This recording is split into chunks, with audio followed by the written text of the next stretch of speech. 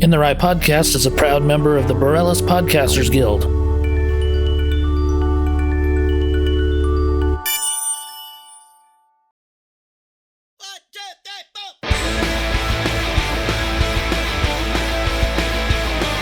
His name is Curt, a really funny guy, and this is his podcast, In the Right. It's the In the Right Podcast. Curt Fletcher. This episode is brought to you by Southwest Labs, which offers a huge variety of tests: STD testing, prostate screening, diabetes monitoring, COVID-19 testing, and more. You simply choose your tests, get tested, get your results, and get a doctor's interpretation virtually. It's easier than the hassle of making an appointment with your doctor. Call 505-609-LABS, visit southwestlab.com, or find them on social media at Southwest Lab for more information or to schedule a test today. With locations in Albuquerque and Las Cruces, Southwest Labs makes medical lab testing simple. Mention this ad when you schedule your appointment. Thanks for tuning in the Right Podcast, episode 35. I'm your host, Curt Fletcher. My guest today is Albuquerque comedian and podcaster John Cuellar, good buddy of mine I've known for probably 15 years now. So it's going to be a good time. Let's go talk to John. All right, everyone, here's John Cuellar in the Bob Ross painting of his life. This is great. Isn't it crazy how Bob Ross, have you ever watched Bob Ross? I used to when I was a kid, yeah. Did you ever have that moment when you would have this perfect painting and then all of a sudden he'd be like, let's paint this, and it looks like he's totally ruining the fucking picture because he just got a big line he's starting off with in the middle of this goddamn scenic picture, right? Uh-huh. And then all of a sudden he's like, oh, but then here's a beautiful weeping tree in the foreground. And you're like, what? It just looked like a Dr. Pepper dispenser. And all of a sudden he made it into a tree. Yeah. Turning straight lines into these beautiful, just natural lines that only nature could make. Uh-huh. Did you watch a lot of his episodes?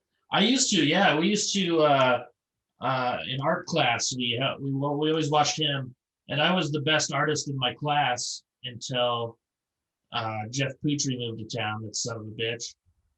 Because I loved drawing and stuff until Jeff moved to town. And he was so good that I just quit doing it. Oh man, he cut you out of drawing, huh? Yeah, and then he was awesome at using his arm to make fart sounds too. Like he was better than me at that. And I was like, man, I got to move out of town. Is he a comedian these days though? No, I don't know what he's doing. I'm sure he's pretty funny. I think one time he pooped at the golf course in one of the holes. That's pretty funny. Oh, that's pretty dope. I don't know if he actually did. I heard that story, and I don't know. It seemed pretty funny. It seemed like something he would do. After ruining my art career. And my fart career, I guess. What was the best thing you ever drew? I remember. I think it was in third grade. I drew this thing. You remember how they always said, if you eat carrots, it helps your vision or something like that? Oh, yeah, yeah. So in third grade, I drew a picture of a rabbit with glasses, and he was standing by this carrot patch, and he's like, what's a carrot?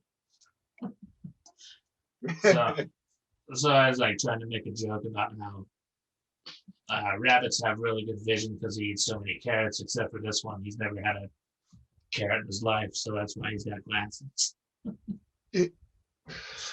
Would you ever draw one again, or did you kind of give up on drawing once that asshole moved into town? I think once I started learning how to write, I really liked writing instead. I was like, I'm just going to write instead.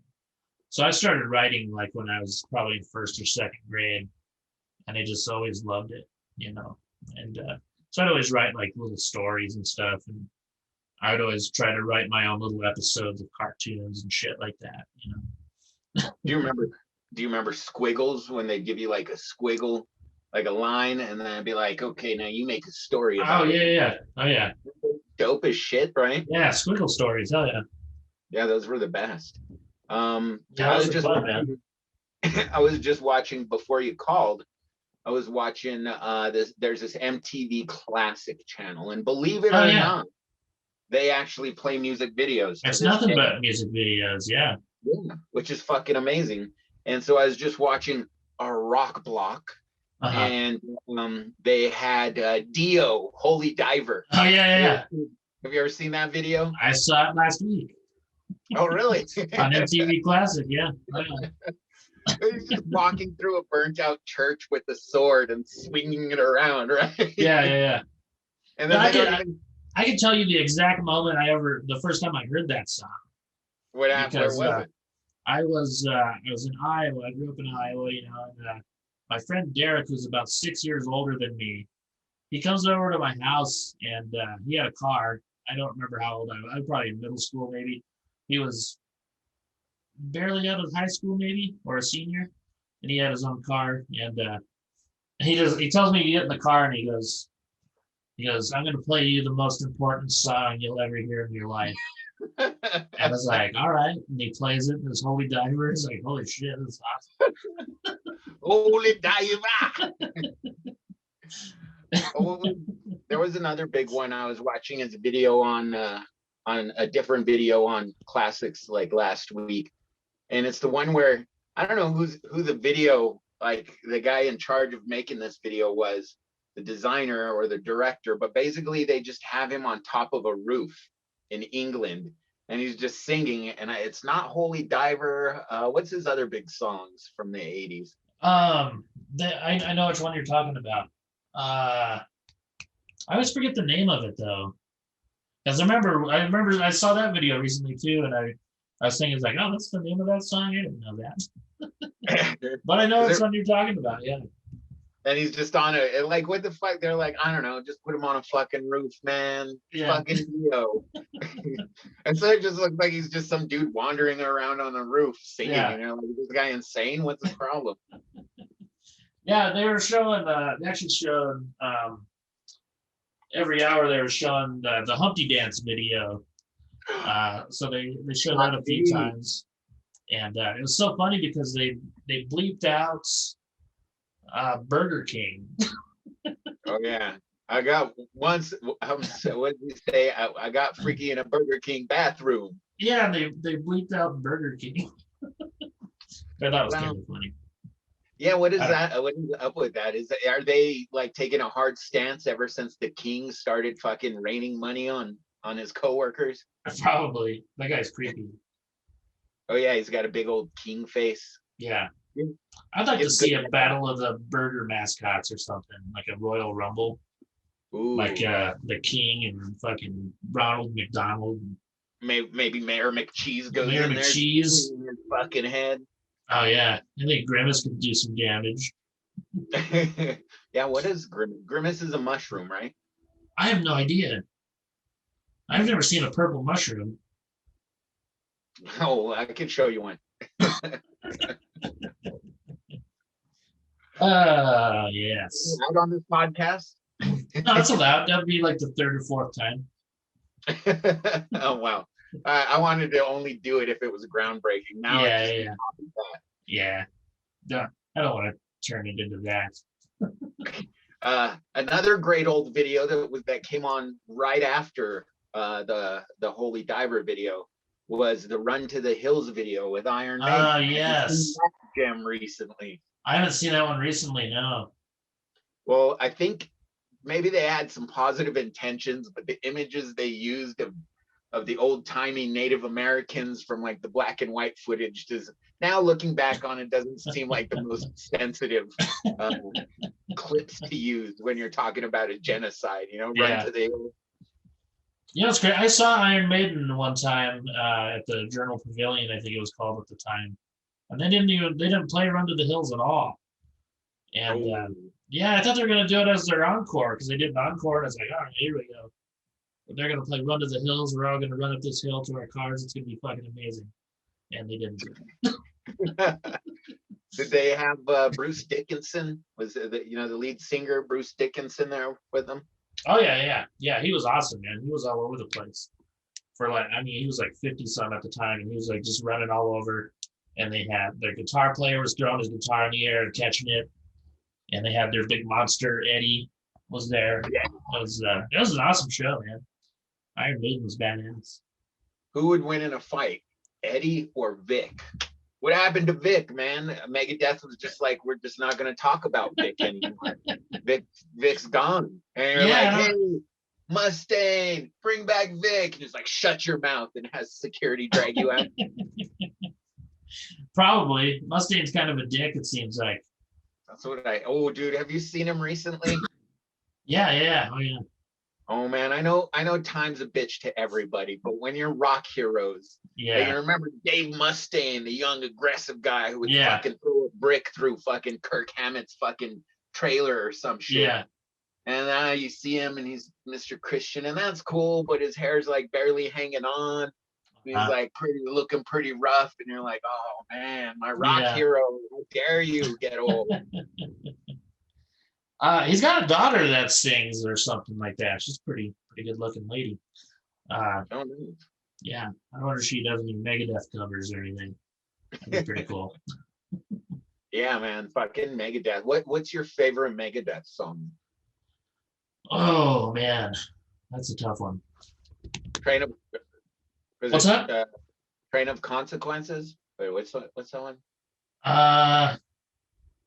Yeah, Train of Consequences. There ain't no turning back. Oh yeah. Man, I haven't heard that one in years. I always liked Peace Sells is really good. The bass line on there is really good. Sweating Bullets is awesome. Fuck yeah. God, what's that song that's on Countdown to Extinction? It's like track 10, I think. I don't remember the names of the songs. Is it fucking rocks, right, man? Yeah. Well, the whole Countdown to Extinction album is one of my favorites. That's probably one of my top 5 or 10 metal albums of all time. Oh yeah. I think people have kind of forgotten about Megadeth because it was a while back. And fucking Metallica's barely hanging on, right? Yeah. Well, I saw Megadeth at the Journal Pavilion also, and it's kind of lame. And they didn't really put on a good show. Oh, really? Yeah, they were playing. They were sandwiched in between Anthrax and Motley Crue, and Anthrax is one of my favorites of all time, so it was cool to see them. And then Motley Crue put on a good show. So, but Anthrax is awesome, man. If you ever see them live, if you get a chance. There must have been like so many mix-ups and confusions when they were touring around, like the days of the Anthrax scare, right? Yeah. People be like, oh, we got to ship our equipment. Just make sure it doesn't say Anthrax on it. Oh, yeah. I remember making a joke about that at Laughs, about the open mic. What's his name? Scott Ian, right? He has that long goatee, right? Yeah. Actually, it was so funny because the last time I saw them, my friend's band Anesthesia actually opened for him, and I'm getting old, my eyes aren't as good as they used to be, and so one of their roadies comes out and he's like testing out the guitar, and I thought it was Scotty, and so I was like, yeah. And then I was like looking closer, like, oh, that's not Scotty. Oh, but did you feign like, hey, I know that guy, he's the roadie? Yeah, I mean, I love this dude. He's one of the best roadies in the game right now. Oh, what was the last concert you went to, man? Yeah, you know what? That was probably the last one I've been to that I can remember. That was at the Sunshine Theater. God damn. Yeah, I think that was, man. Because I've been on the road so much, like I don't get to go to concerts very often. So, what about you? Do you remember your last concert? I think my last concert was Soundgarden and 9 Inch Nails, which was dope as shit. Nice. Except I went there with my ex-girlfriend, like as we were breaking up. Oh, cool. So it was like and I saw Troy Wilson there. I remember that. Oh yeah, nice, really nice. And and then it was a good show. I mean, fucking That was back when Chris Cornell was alive, so he was really He was good. way better back then, yeah. Oh yeah, now I go to his gravesite, no music, nothing. It's just kind of like yeah. But yeah, that was a good show. And then Trent Reznor, man, it's crazy to see the videos again, 80s videos. Trent Reznor, you seen like Head Like a Hole, or any of his early shit where he's like swinging his guitar into his guitarist's face, dude. Yeah. That's how much of a crazy man he was, dude. And then now you see him and he's kind of got a little pudge and his hair's kind of going. Yeah. This is the same dude who used to swing his fucking guitar into his band members' faces, Yeah. Oh yeah. But I could play Wish by 9 Inch Nails on my bass. Really? Yeah. Oh yeah. That's good. It's a damn good song. Sure is. Yeah, their old guitar player is the singer for Filter. You know really? Yeah. No, I didn't know that. I think he's a guitar player, yeah. Played guitar for them and then joined or started Filter. Oh, really? Mm-hmm. Is that Hey Man, Nice Shot, right? Yeah. Okay. And that song about being naked on the airplane. Oh, yeah. And then let's see here. Oh, there was another 80. Oh, you know what else came on? Shit, this is just gonna be us talking about fucking videos that rock. That's fine with me. But another one was Pantera, Cowboys from Hell. Oh, they show that all the time on fucking Rock Block, and I'm like, nice. Fuck yeah, dude. Can't turn it down anytime. I can't just change the channel. I have to watch Phil Anselmo fucking rock. Yeah. They Vinny from Pantera used to be co-owner of the comedy club in Fort Worth. Yeah. And so they used to open the show by playing Cowboys from Hell. And it's fucking awesome. Dude, and that's the best intro song for a comedy show. Dude, so that's crazy that's a hard fucking metal classic. Yeah. You hear that, and that's a fucking classic, man. Yeah. Oh yeah. You get goosebumps listening to that shit. And then how fucking hardcore is Phil Anselmo? He rocked so hard, just like fucking stomping his foot and shit. He had to have hip surgery. Like he rocked so hard, he had to have fucking surgery. That's nuts. I heard a podcast he was on. I think it was Buck and Dex had him on their podcast. Or those guys from The Edge. Yeah. They had him on their podcast last year. It's pretty cool. Oh really? That's cool. Yeah, he was in Louisiana, so he's got like a really thick Louisiana accent when he talks. Huh. Yeah. I saw them with Metallica when they came back. Oh, really? It wasn't Pantera. It was whatever his new band is. Right? Or something. Which one? What was his newest band that he toured with Metallica back when they came to the Stinkley Coliseum a few years back? Oh, yeah. The one I liked was Down. Okay. Was that Down that you saw? I don't remember his newest band. I haven't heard him. But Down was really good. Yeah. Yeah. I can't recall any of their songs, but I just know that their band rocked. That was before Metallica. They did a really good song called Stone the Crow. You should check that one out. Stone the Crow? Yeah. It was on an album called NOLA. Oh, nice. Yeah. Check that out. Yeah. Sometimes, my girlfriend's like 10 years younger than me.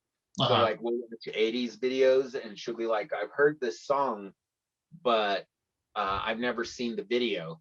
And then so I'm like, oh yeah, check out this video. And I was showing her the Dio video where she's like, why is he walking on a roof? And I was like, don't pay attention. He's just rocking, man.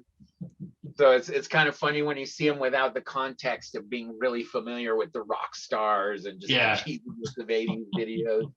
But I still love all that shit, man. Here's the weird thing that I'm running into. So everybody loves nostalgia, right?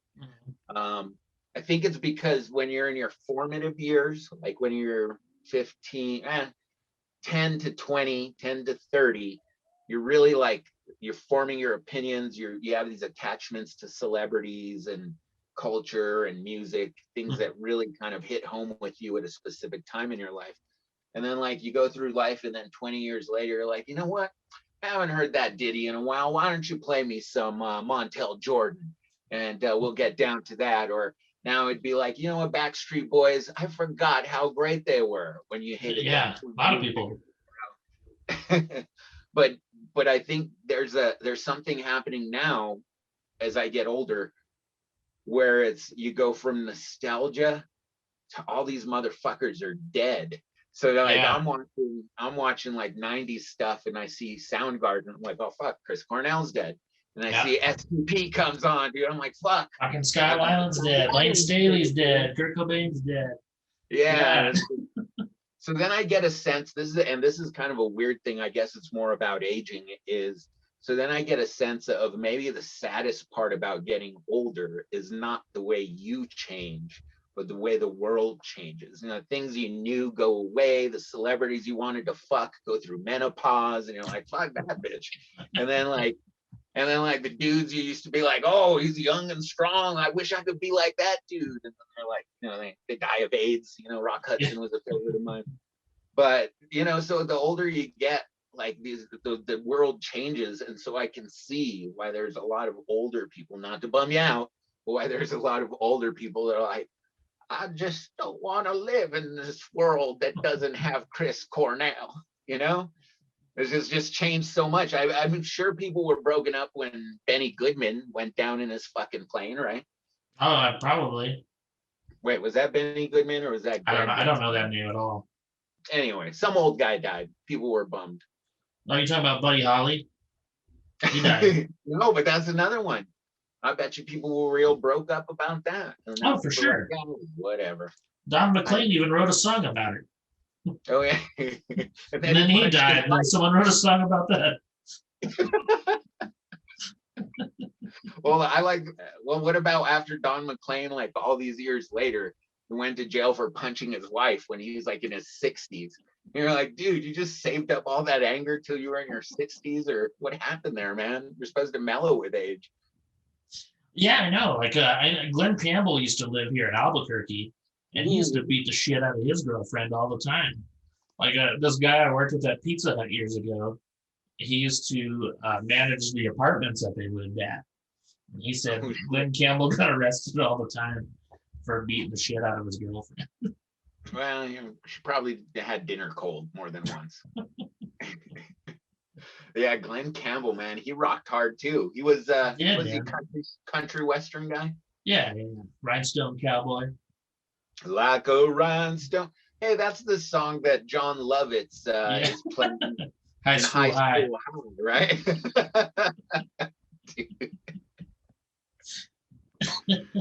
Oh man. Hell yeah. I love, you know what, this whole podcast should be about us talking about nostalgic things and things that have died. So my friend texted me a message the other day about the Alamo. It's like, hey, I think I left my bicycle in the Alamo, in the basement of the Alamo.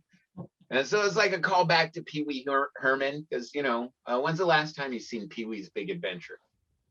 I think I watched it last year at some point.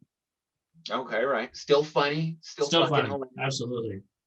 You saw Large Marge over the course of this past year, by the way, haven't you? Did you? Yeah, in Birmingham.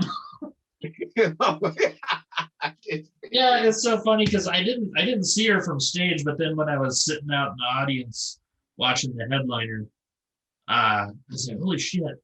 Because she had the gray hair and the black and red flannel. And I was like, is that what Large Marge is wearing? So I looked it up and was like, holy shit.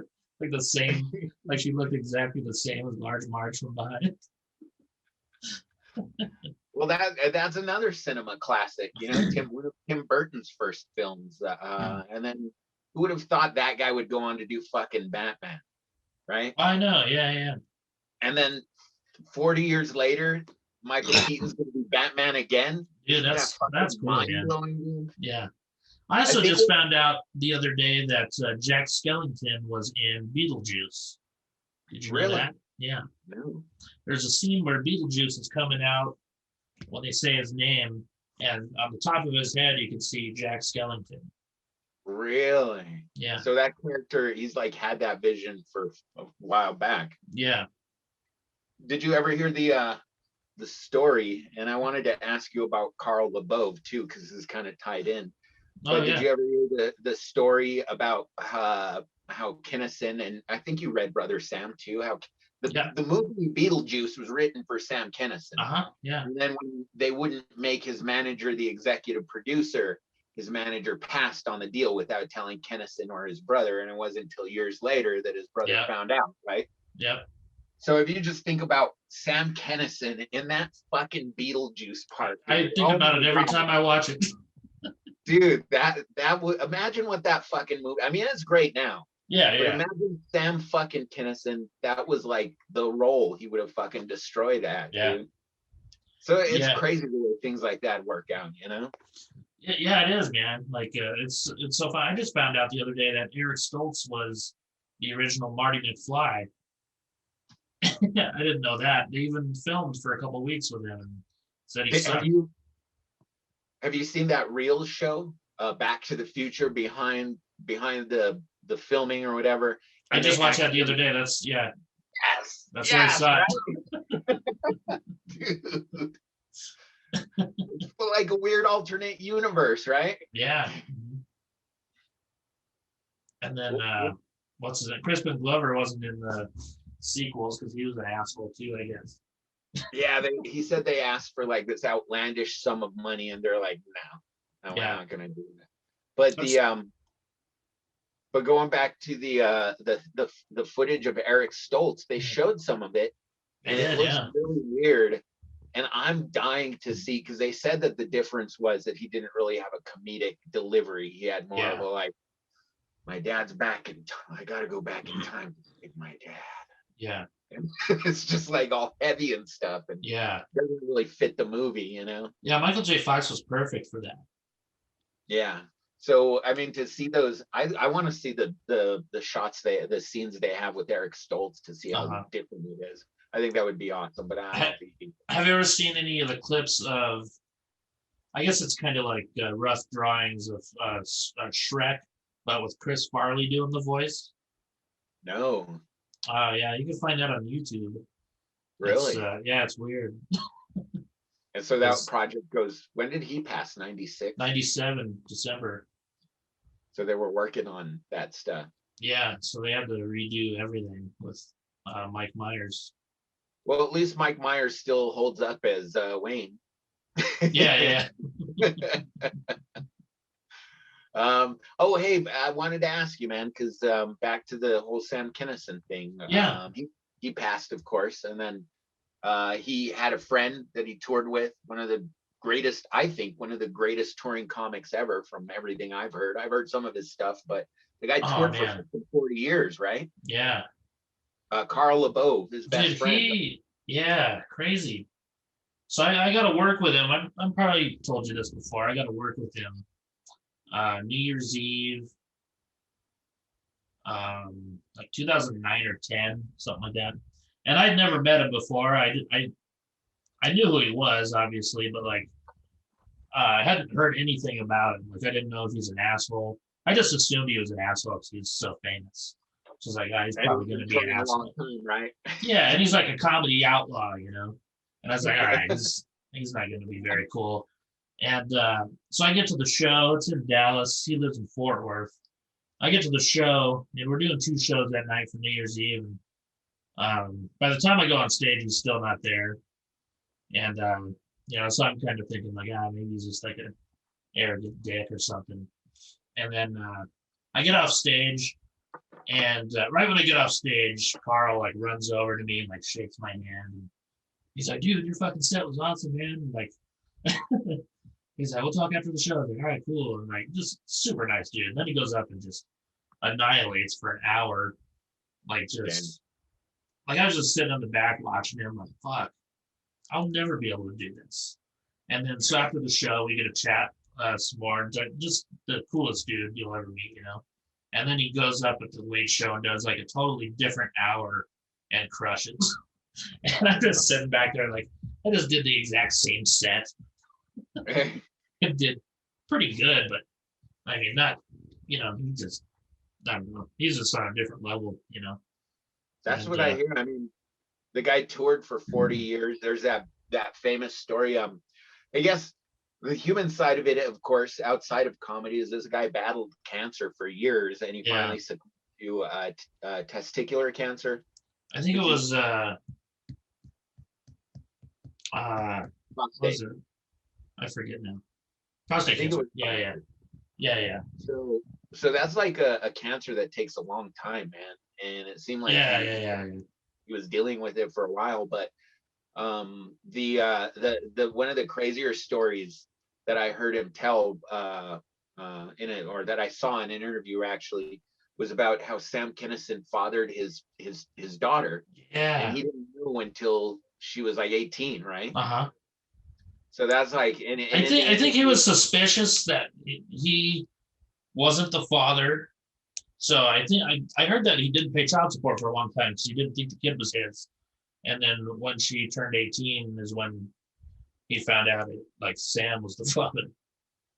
Yeah, have you ever seen I forget if they got, I think I read an interview with her or an interview with someone who knew her or something like that, but she's not really down with the spotlight, and it's not really like, oh, hey, I'm Kinison's daughter, you know? Yeah.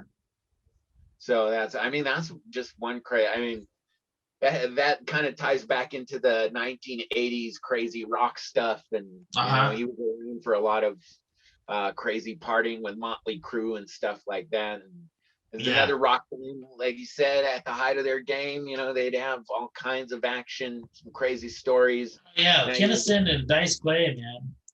I remember. Oh yeah.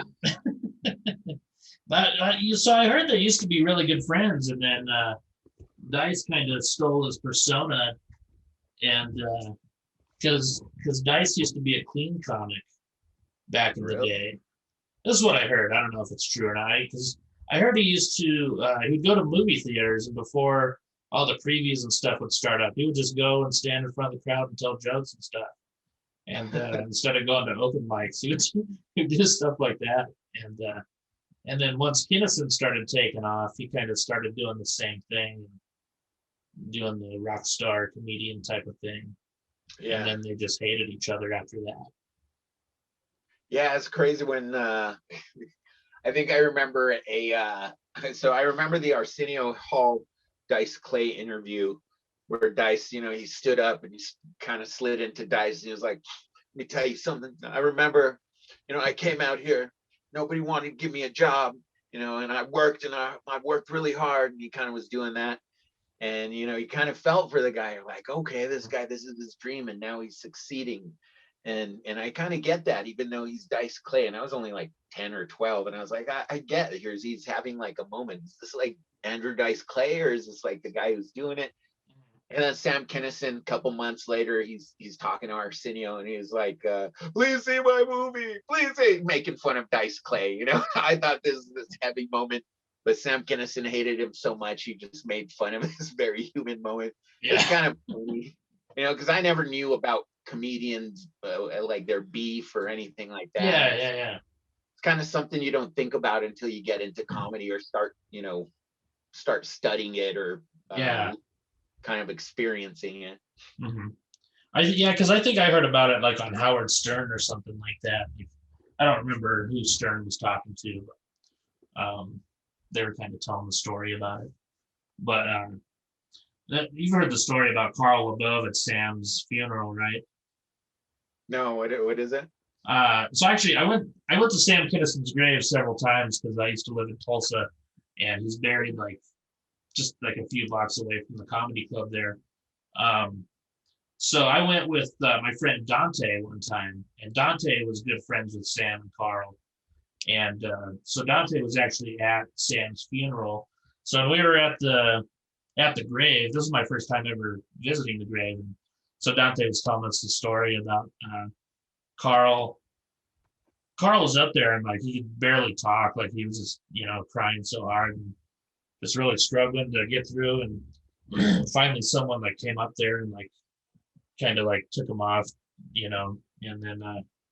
and then he runs back up to the microphone and he goes, "I'll be at Igby's this week."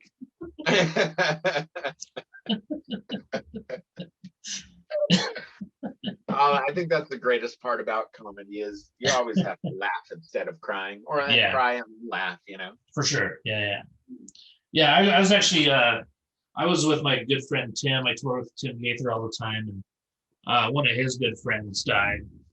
This guy named J. Scott Moman, super fucking funny guy. But Tim was good friends with him, and he was always a big fan of his. So the night J. Scott died, me and Tim were in Kansas City doing this comedy club, and after everybody had left, Tim went on stage and just started telling some of J. Scott's jokes.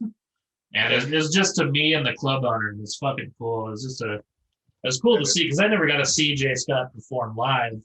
So it was kind of cool to see him tell his jokes and stuff.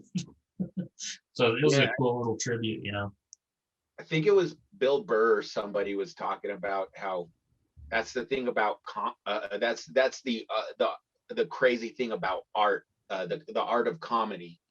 And we always kind of art, when we talk about comedy, but it really is, definitely an art. And one of the things about it is that, I totally forgot. No, it is, man, because there are jokes where it's like your Bob Ross thing, like where the comic starts out and you're like, where the fuck's he going with this? And then by the end of it, it's just fucking beautiful. You're like, oh, this is awesome. Love stuff. Yeah. And so now, I remember that Bill Burr was saying that's the thing about comedy is once the comic's gone, you don't really hear those jokes again. Maybe you hear them like in a recorded thing, but you won't hear them tell them again. And sometimes, there's material that they didn't put down, material that only they knew, material that they just held out of their act or they couldn't tell. And that's kind of like the stuff that goes away forever, Yeah, like Bill Hicks, man. Like I didn't really know who Bill Hicks was when I was younger, because he wasn't really mainstream like Kinnison and Dice Clay. And I remember the first time I listened to him, I was pretty young, and I didn't really like it. And then as I got older, though, and listened, I was like, holy shit, this guy is way better than fucking Kinnison and Dice Clay. At least he has something to say, like, I don't know. He became one of my favorite comics as I got older. And then now I listen to Kinnison and Dice Clay, I'm like, fuck, this is garbage. Most of it. Well, it's weird, right? Like when Kinnison was the greatest thing to me before I started doing comedy. And then after I'd been doing comedy for a while, I was like, wow. And part of it's because it's dated. It was groundbreaking then, but now it's kind of like, who is this guy trying to be fucking Kinnison? Yeah. But now you go back and to listen to some of it, and some of it's just not very strong writing. Some of it's just him like going off on a subject, which is cool too. But there's, like you said, there's not a lot of deep thought. It's more like primal thought. Like, this is the way I instantly react to this, instead of stopping and thinking about the deeper meaning, and getting upset about it, like putting more thought into it. So which side do you come down on the whole Bill Hicks, Dennis Leary thing? Because I've never really paid too much attention to it, but every time I read about it or hear about it, I'm just like, wow, that's fucked up. He like really, if you compare them side by side, you could honestly say he stole his act. And they talk about how Bill Hicks used to fucking trip on it. He'd be like, what the fuck is this guy doing? And and Hicks' brother too, yeah, because I liked Dennis Leary when No Cure for Cancer came out, like in '94 or something. I think I was a freshman in high school, and I had listened to some Bill Hicks, but I don't know, I guess I didn't really dig it at the time or whatever, and didn't really remember. But Dennis Leary's album, I loved it, for some reason. I think it's probably because the Asshole song was really funny, and and just his voice and his anger and stuff, made me laugh. And but when I heard all that stuff, and I've listened to tons of Bill Hicks now, like I listen to him probably every couple months or so, and you can hear it like fucking. You go back and listen to Dennis Leary, and you're like, wow. He pretty totally, blatant. totally fucking ripped him off. That's just crazy. People, I guess, and going back to the older comics, what I heard is like the guys back in the 40s and 50s or the 50s and 60s before like Lenny Bruce, they would like I'm trying to think of some of those old timey guys. Who's the Take My Wife Please guy? Is that Henny Youngman? Is that his name? Henny Youngman, like those guys, like they used to just kind of like tell each other's jokes. Like it was, hey, I'm a comedian telling jokes. And then someone else might tell Henny Youngman's Take My Wife Please, you know? Yeah. And it was more like, no, he's a comedian, he's doing comedy. It's not about the comedian himself, it's more about just the jokes. Whereas now it's a lot more personal, because if you don't want to be hack, you have to, even if you're doing one-liners like you do, you kind of have to put your own spin on them, some sort of personality, so that people aren't, you know, saying it's too formulaic or whatever, or you structure them in a way so that it's a little bit, there's a deeper meaning to them, you know.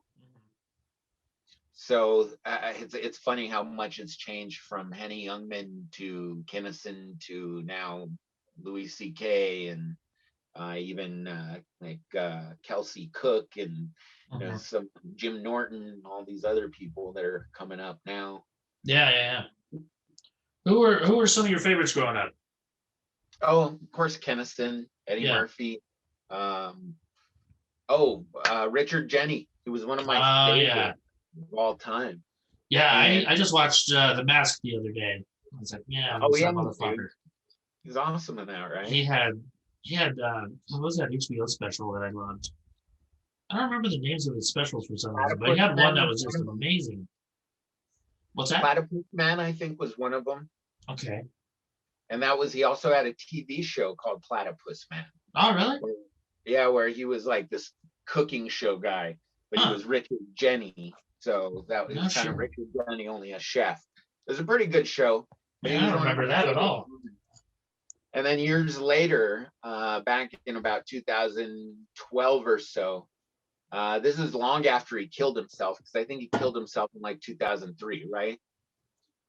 Yeah, something like that. I remember I was kind of just starting out doing comedy, Well, there's this interview with Opie and Anthony where they make him wait outside the studio because something happened to where they were just being dicks. And then so they make Richard Jeni wait outside of the studio, and they make him call in on his phone. And then they ask him, they just kind of like they're dicks to him for like a half an hour, dude. And so he was like one of the greatest comics ever, you know, that ever did it. And Opie and Anthony are just totally just shitting on him. So it's kind of breaking my heart a little bit, but it's pretty cool to listen to, man. Yeah. Because it's like one of the greats and he's getting shit on. And you're like, oh man, it doesn't matter who you are. Someone's going to shit on you at some point. Yeah. But yeah, man, I mean, sorry to bum you out about talking about dead people, you know. And no, it's part of the business, man. It's you know what's funny is like, well, it's not that funny, but I was sitting in the condo in Colorado Springs one time. It was on my birthday, and I got pretty hammered the night before. I don't drink that much, so I was fucked up. And the next day, I just felt like shit. And I turned on the TV, and there's a show about comedians. They're showing a bunch of comedians, and they're all dead. There's like Kinison and Pryor and Richard Jeni. And it was just like the most fucking depressing thing I ever watched in my life.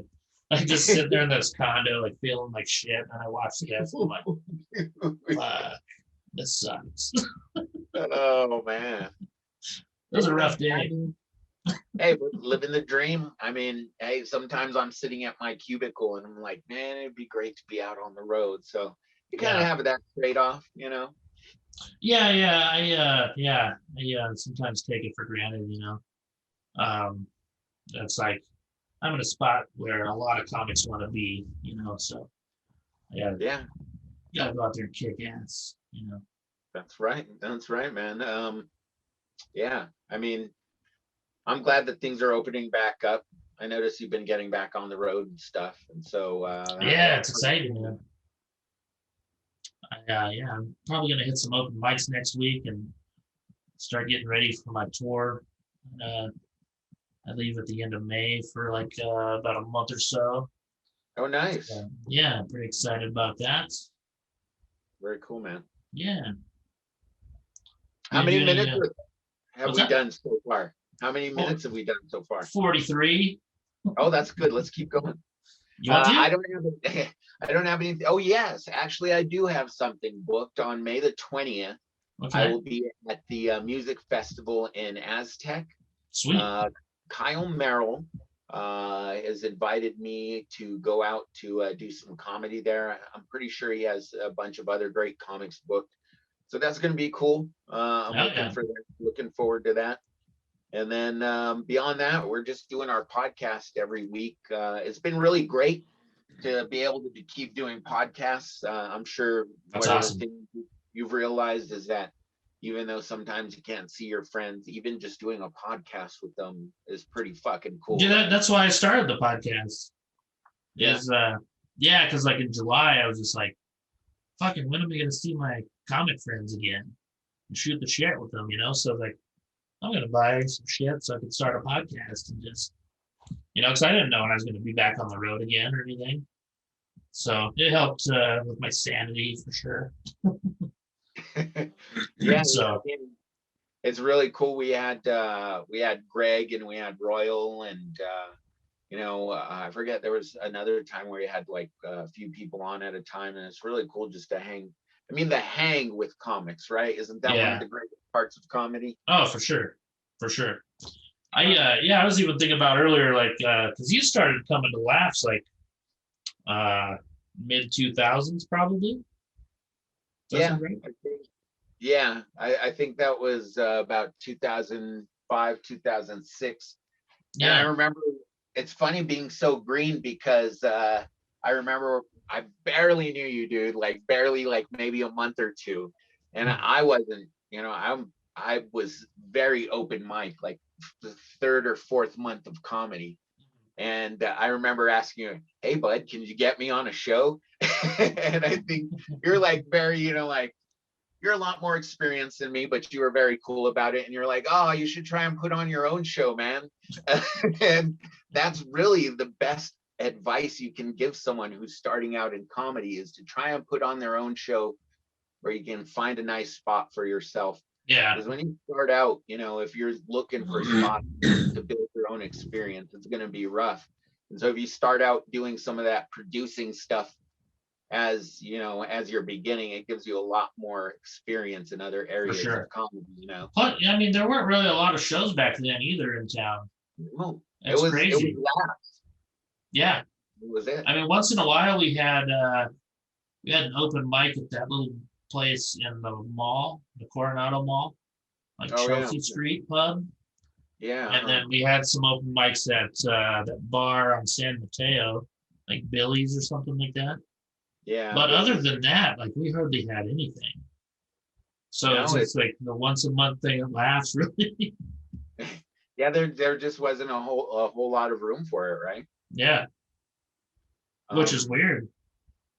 But yeah, now that when you think about it, is it because there are more breweries now? Is that what it is? Probably. But I mean, think about the scene back then too. It was a really small scene.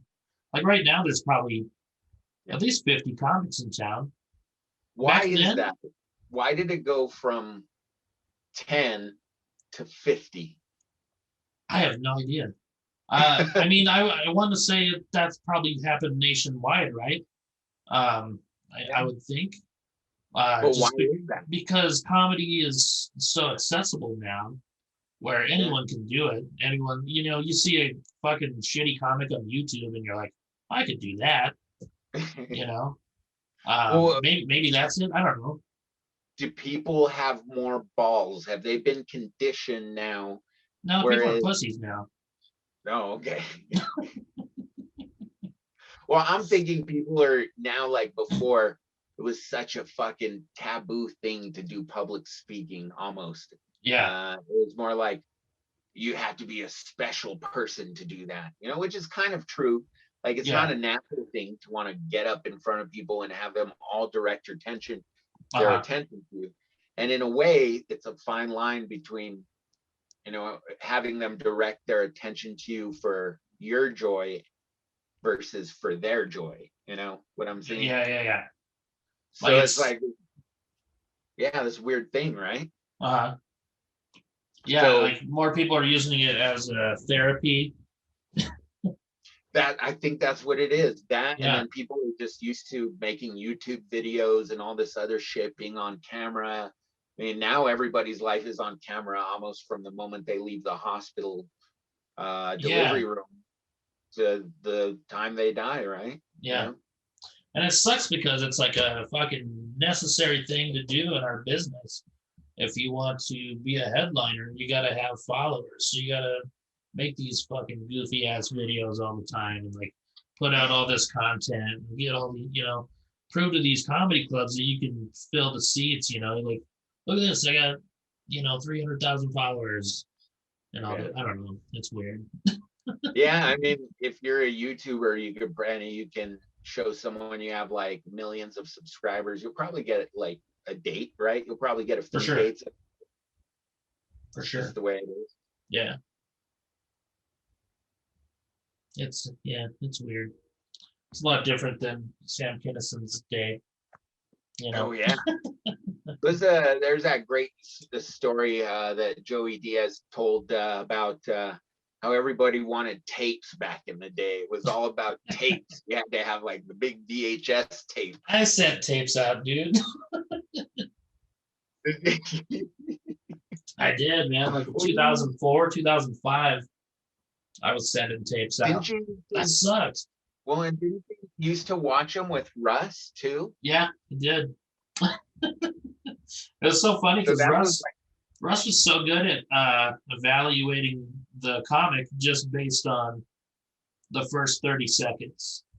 And it was so funny because, we'd pop in sometimes it was a DVD, sometimes. But he would pull down the projector screen and we'd sit in the club and watch these videos. And I would sit in like the VIP section. He's up in the sound booth changing out the DVDs. And it was so funny. If he didn't like a guy, he would just chuck his DVD across the club. But it was so funny because like all the ones that he tossed, I would like go grab them. I wouldn't throw them away, and I'd kind of put them off to the side to see who they were and like see if they ever amounted to shit. And like a lot of times they never did. Like I never heard from the guy again. So I was like, all right, he's pretty good at this. Who's this Bill Burr guy? Yeah. Dave Chappelle, he'll never wash. Yeah, that was a fun time though, watching those. Yeah, those days starting out, those are always the funnest. Yeah. I think, but also I was on a comedy club's website today because I was looking to find their email address to see who to talk to about booking, and they had a thing where it said send your press kit to this address, and it wasn't an email address, and I was like, whoa, that's weird. I was like, I wonder how many comics actually do that. Like I would have to go and get like a CD made of my set somewhere, because computers nowadays don't have CD players on them or CD burners. And a hard copy, right? Yeah, I'm just gonna send them a link to my YouTube. Like just put it in the package. What about you send them a thumb drive? I guess you could do that, right? I guess so. I guess I could do that. Here's my press kit. But that I could have emailed. What that is? I would think so. They'll be like, we ate that delicious electronic meal you sent us. We're still waiting for your set. Yeah, where's that set? Man, John Quaid. Yeah, I was on your Facebook page today. I noticed that you went to El Dorado High School. Yeah. Dude, I went to El Dorado High School. Did you ever trip acid at El Dorado High School? No. Oh, well, I never tripped acid in my life. Well, don't start now. I kind of want to. if you're gonna do it, do a half a hit or a quarter of a hit. Oh yeah, I know. Make sure you have some weed and then also a guide, probably. As a Yeah. first time. I'm a lightweight dude. I did shrooms for the first time a couple years ago. Okay. I did like 1.5 grams, maybe. That was one of the best days of my life. Would you do it again? I did. Just now. Yeah, it's kicking in right now. What is that backdrop? I didn't see. I that's what took a little bit longer, is I had to find a picture that was suitable, and this is the one that I found was one of my pictures from. I think this is Chemes. Oh, nice. Yeah, and there's this spot me and my daughter would go to. You kind of have to have 4-wheel to get there. And it's overlooking this cliff, and you can there's like a spot for a fire. It's really dope. But that's what that is. We spent some time up there right before the pandemic shut everything down. I guess so it was like right as we were getting into it, but it's a great spot. Yeah, it looks cool, man. I didn't realize that was up there. It's crazy too, because you notice that the capture thing, like sometimes when I move, it moves the picture like, oh, there it goes. What's happening? It's melting. The mushroom. I'm gonna see if that works when I do it. Oh. You have to background. Closet's still there. Oh yeah. So I mean, I'm looking forward to comedy coming back. Yeah, man. Me too. Yeah, so I'm gonna hit some open mics next week probably. There's the one at the new where Royal and Sarah are doing it. It's like the new Sideliners, yeah. And Holly and Royal have theirs coming back on Monday. Oh, awesome! Is that this Monday? Yep. Okay, is that at the same spot or? Uh-huh. Oh, okay, cool, man. Yeah, so I'm gonna go check that out for sure. Wow, I'll probably see you there, man. Cool. I hope so. I can't tell you how much fun I had reminiscing about the good times in high school, dropping acid. Because that's the other part of the story I was going to tell you. So I dropped acid in high school. Mr. Maharg's class was the class I had to go to when it was like fucking kicking in. Mr. Maharg taught science, and I'm not shitting you. That day we were doing an experiment with acid, not like LSD, but with like some sort of corrosive acid.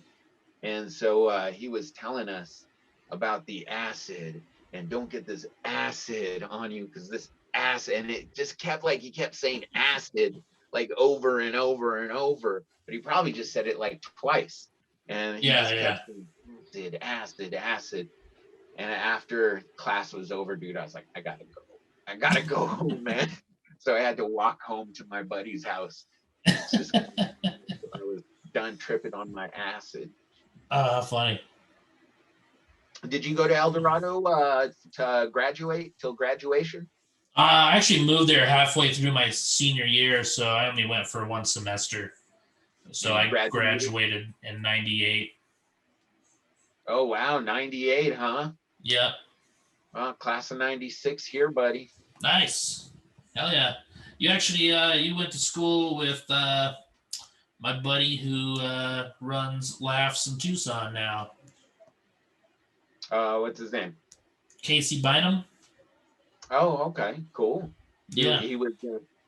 what was cool about El Dorado is those big speakers that used to play the music by the library. Isn't that dope as shit? That was cool, yeah.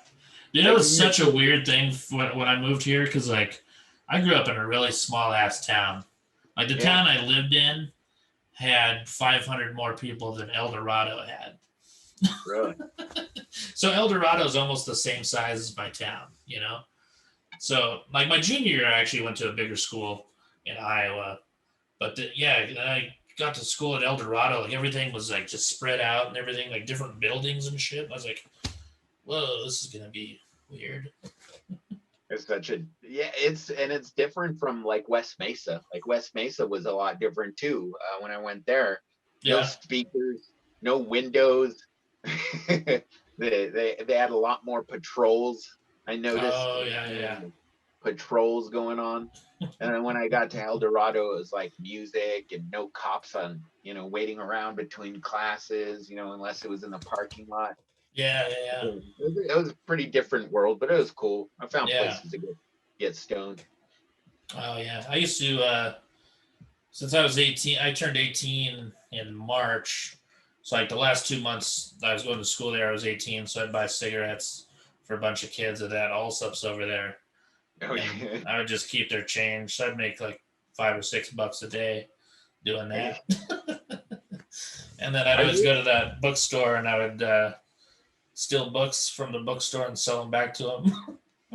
Borders? Was that Borders? No, it was Page One or something like that. Page One. Do you remember they used to have like the things so you could listen to the music? Yeah. Mm-hmm.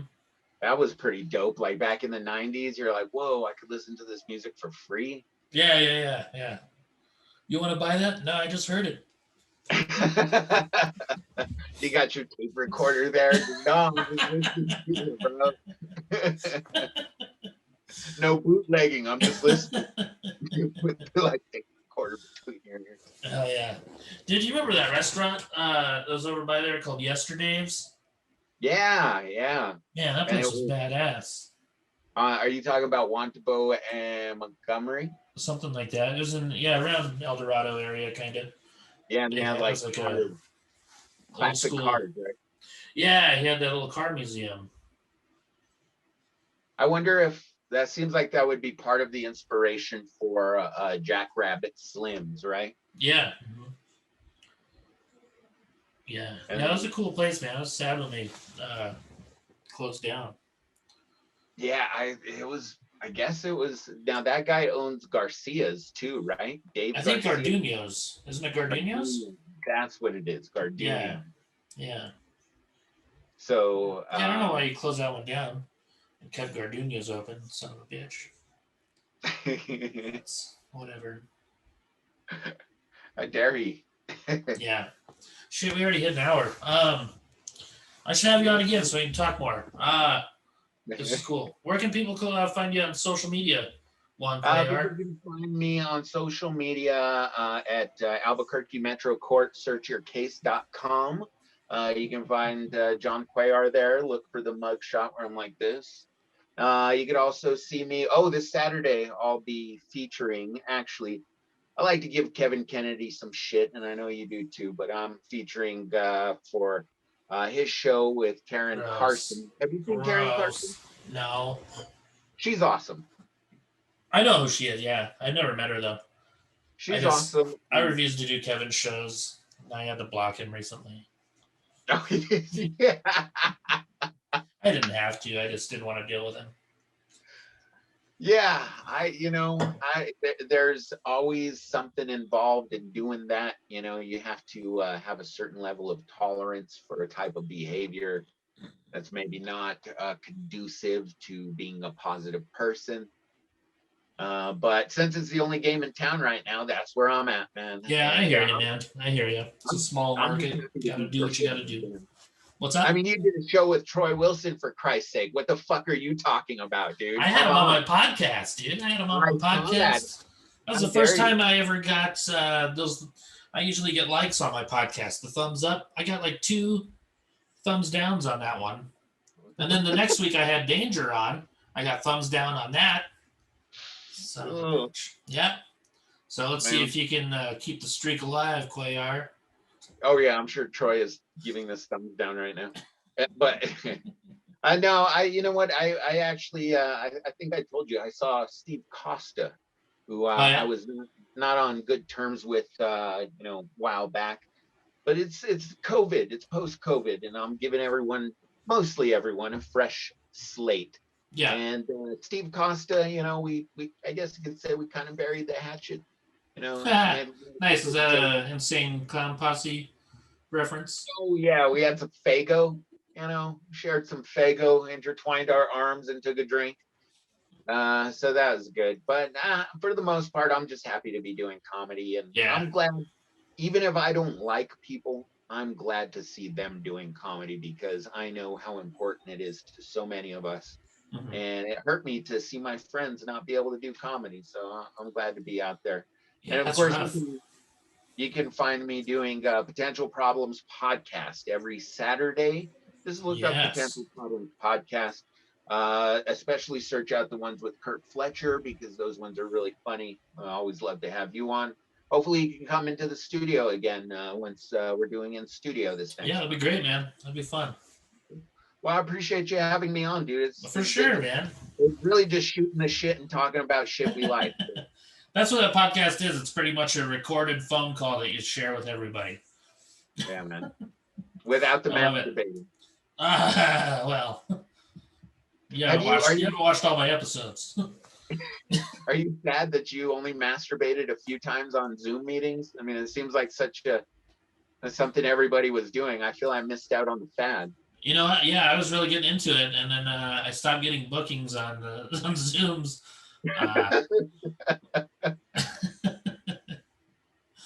I do think Louis C.K. was like, "You mean you can just masturbate on Zoom?" And he was like so stoked. He was like, "Fuck yeah, I'm only doing online comedy now." Masturbating during comedy? Fuck yeah. Yeah, right? Eating chicken wings and masturbating and just telling jokes. Or you're right, you just stroke it out. You edge for a little bit between jokes. That's your transition. Yeah. I'm pausing for laughter. I'm pausing for fapper. Oh man, all right. Thanks again. Absolutely, man. I hope to see you Monday. Yes, sir. I'm looking forward to it. This podcast should be ready. Audio will be done by tonight, but the video will probably be done tomorrow sometime. So. Okay. Awesome. Well, Cool. Until then, my friend. Yeah, take care. All right, that was a lot of fun talking to John Cuellar. Good dude. Yeah. Known that guy for a long time. He's always super funny. Go check him out if you get a chance. Oh, man. What's been going on? Starting to get some bookings, which is nice. Got some shows lined up. I'm doing Fort Worth Hyenas May 27th through the 29th. I also get to be on a podcast that I love, Jared Goes to the Movies. I don't know what day yet. It's one of those days before Fort Worth. They'll be in Oklahoma City June 9th through the 12th at the Looney Bin. Be at the Wichita Looney Bin June 17th through the 19th. Mason City, Iowa at Bricks Wine and Whiskey Bar. It's going to be either June 23rd or 24th. Haven't set the date yet. And then Reno Laugh Factory, August 12th through the 15th. So pretty excited about all those dates. Got some new t-shirts I'm ordering, so those will be in a couple weeks. I'm also thinking about starting a podcast where I talk about The Simpsons, because I love The Simpsons, specifically seasons 1 through 8. I haven't decided on a name yet, but I will. So I want to start that. I don't know when I want to start that. So I'm going to be traveling a lot in June, so I don't know. I'll brainstorm. I'll think about it. Anyway, thanks for tuning in this week. As always, if you go to funnyfletcher.com, get any merch you can use In the Right Podcast as the promo code and get 10% off. That's In the Right Podcast. All capitals, no spaces. Yeah, I think that's it for this week. Thanks to John Singleton from Anesthesia for the outro music, and thanks to Jarrett from Bowling for Soup for the intro music. You guys are badass. Thank you all for tuning in. We'll talk to you next time.